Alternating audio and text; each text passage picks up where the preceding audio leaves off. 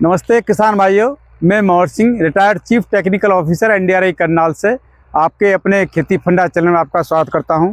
किसान भाइयों, आज मैं आपको आलू की फसल में उर्वरक प्रबंधन, कितने खाद और उर्वरक दिए जाएं, उसके बारे में जानकारी देने जा रहा हूं।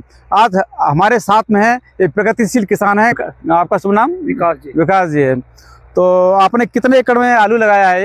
ये आलू लग रहे 12.5 एकड़ में। 12.5 एकड़ में कौन सी वैरायटी लगाई है आपने? ये कुफरी जी। कुफरी पुखराज लगाई है। कुफरी पुखराज। अच्छा, इसमें आपने बुआई के समय कितना खाद डाला था और बुआई के बाद में कितना खाद डाला है, बता सकते हैं आप? इसमें बुआई के समय एक कट्टा DAP जी, एक सुपर और सल्फर डाला। हाँ, ये रला के नीचे दिया, उसके बाद आलू लगा दिया। इसमें सिंचाई चल रही, सिंचाई पे एक कट्टा रख देते हैं। अच्छा, देखिए विकास जी, मैं किसान भाइयों को बताना चाहता हूं कि आलू की फसल में संतुलित मात्रा में कितने मात्रा में खाद और उर्वरक हमको देने चाहिए। तो बुआई से पहले सबसे पहले तो हमको क्या करना है, मतलब 15 दिन पहले, 2 सप्ताह पहले लगभग 100 क्विंटल अच्छी सड़ी हुई गोबर की खाद इसमें खेत में बखेर के और जुताई करके मिला देना है। और उसके बाद में किसान भाइयों, रोपाई से पहले 50 किलोग्राम अच्छी सड़ी हुई गोबर की खाद में, छनी हुई में, उसमें 1 किलोग्राम ट्राइकोडर्मा विरिडी, जो जैविक फफूंदीनाशक है, उसको मिला के 1 सप्ताह के लिए हमको रख देना है, पानी के छींटे मार के, और फिर उसके बाद में खेत में छिटक देना है। उसके बाद में हमको जुताई कर देना है। बुआई से पहले ये काम हमको जरूर करना है।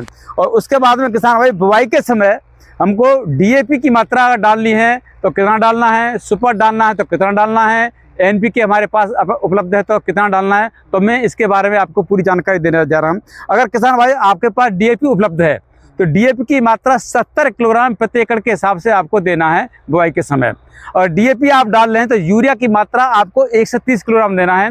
130 किलोग्राम से उसमें लगभग 55 किलोग्राम मात्रा हमको बुआई से 1-2 दिन पहले डालना है। DAP के साथ में मिक्स नहीं करना है, क्योंकि अंकुरित किया हुआ जो बीज होता है आलू का, वो उसको नुकसान कर सकता है। इसलिए यूरिया को आपको बुआई से 1 या 2 दिन पहले खेत में छिटक के उसके बाद में हमको बुआई करना है। और जो बचा हुआ 75 किलोग्राम यूरिया है, जो पानी हम लगाएंगे 25 से 30 दिन बाद, तो उसके बाद पानी लगाने के बाद में हमको वो देना है। ठीक है। उसके बाद में किसान भाइयों, बुआई के समय आपको 70 किलोग्राम म्यूरेट ऑफ पोटाश जरूर देना है। उसके साथ में आपको 10 किलोग्राम बेंटोनाइट सल्फर 90% वाला, वो मिला के DAP में मिला के आपको बुआई के साथ में देना है। उसके बाद में किसान भाई, जब आपके पास NPK 12-32-16 वाला है तो उसकी मात्रा आपको 100 किलोग्राम प्रति एकड़ के हिसाब से बुआई के समय देना है। और उसके साथ में यूरिया की मात्रा आपको 130 किलोग्राम ही देना है।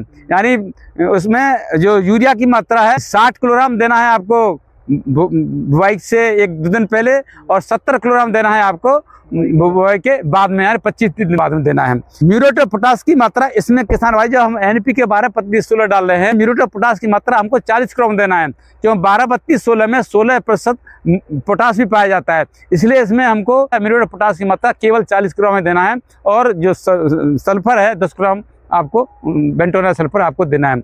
जब आपके पास DAP भी उपलब्ध नहीं है, NPK भी उपलब्ध नहीं है, तो हमारे पास सिंगल सुपर फास्फेट, जिसको आप सुपर के नाम से बोलते हैं, जिसको SSP भी कहते हैं, उसकी मात्रा आपको 200 किलोग्राम देना है बुआई के समय। इसमें यूरिया की मात्रा हमको 25 किलोग्राम बढ़ाना है। जहां हम DAP के साथ में 130 किलोग्राम दे रहे थे, तो सुपर के साथ में हमको 155 किलोग्राम देना है। 155 किलोग्राम किसान भाइयों, उसमें आधी 75 किलोग्राम आपको देना है बुआई से 1-2 दिन पहले, और 80 किलोग्राम देना है आपको मतलब 25 दिन बाद, 30 दिन बाद पानी लगाने के बाद में देना है। और इसके साथ में आपको, जब हम सुपर दे रहे हैं तो किसान भाइयों, आपको अलग से सल्फर देने की आवश्यकता नहीं है, क्योंकि सिंगल सुपर फास्फेट में सल्फर ऑलरेडी होता है। और म्यूरेट ऑफ पोटाश इसमें किसान भाइयों 70 किलोग्राम आपको अवश्य देना है बुआई के समय।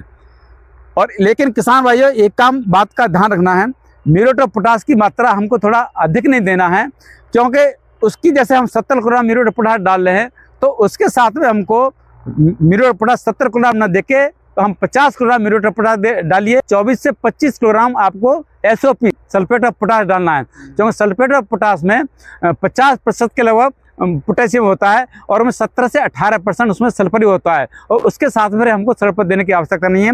एसओपी देने के लिए मैं क्यों सिफारिश कर रहा हूँ, जो म्यूरेट ऑफ पोटाश में क्लोरीन पाया जाता है, जो वैसे तो हमारा सूक्ष्म पोषक तत्व है, वो हमारी फसलों के लिए बहुत ही लाभदायक होता है, लेकिन उसकी अधिक मात्रा जब हम खेत में आलू की फसलों में जब इस्तेमाल करते हैं तो क्लोरीन क्या काम करता है, वो नमी को आलू के अंदर एकत्रित कर लेता है।